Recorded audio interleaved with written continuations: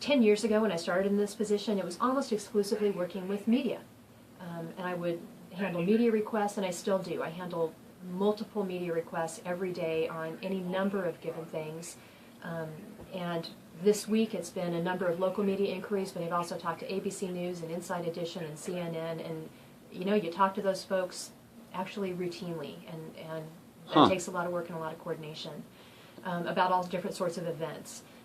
But also now, and probably about the past 5 years, the job has actually kind of morphed thanks to social media and more direct connection with citizens.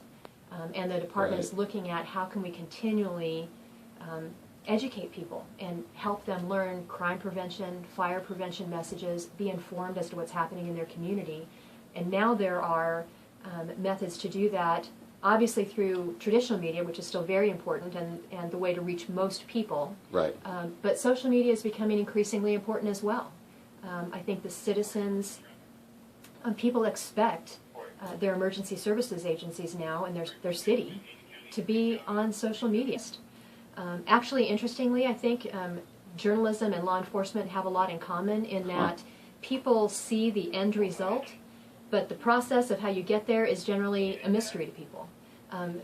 People want to know what processes it takes for law enforcement, what decision making is out there, what crime prevention tools are out there, what enforcement tools are out there.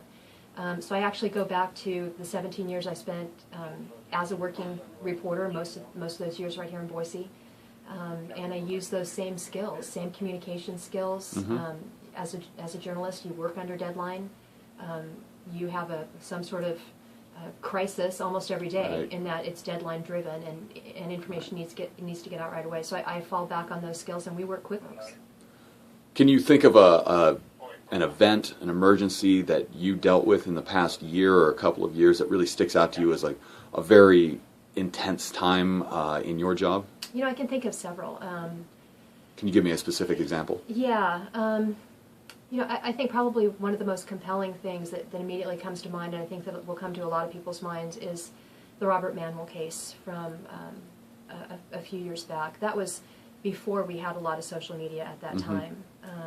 But that was so compelling. It was a huge 10-day manhunt, and everyone in this department probably worked 20 hours a day for 2 weeks.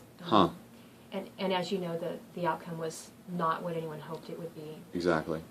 But that was a lot of lessons learned in that case. But that was a human drama.